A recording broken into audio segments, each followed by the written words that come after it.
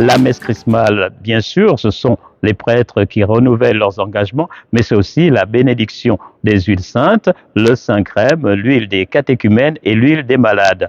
Que représentent ces huiles et quels sont les symboles qui s'y rattachent?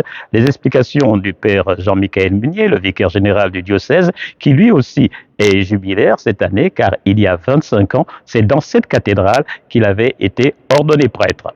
Il y a 3 huiles qui vont être présentes lors de la messe chrismale. Il y a l'huile des malades, par laquelle on fait une onction auprès de ceux qui sont dans la souffrance pour leur manifester la présence du Christ. Il y a l'huile des catéchumènes, et Dieu sait aujourd'hui que nous avons beaucoup de catéchumènes et c'est vraiment une vraie joie. Et sur leur parcours, sur leur itinéraire, ils ont cette onction d'huile. Et puis bien sûr le Saint-Crème, qui est l'huile la plus connue, qui est donc consacrée par l'évêque et ses prêtres et qui est utilisée pour le baptême, pour les confirmations et bien sûr aussi pour les ordinations de prêtres et évêques. Quand les prêtres renouvellent les promesses, les engagements de leur ordination, ils se souviennent qu'ils ont été marqués de cette huile qu'est le Saint-Crème, qu'ils ont été consacrés, configurés au Christ, qui est celui qui est oint, au INT, celui qui est marqué par l'onction, c'est cela que signifie le mot Christ.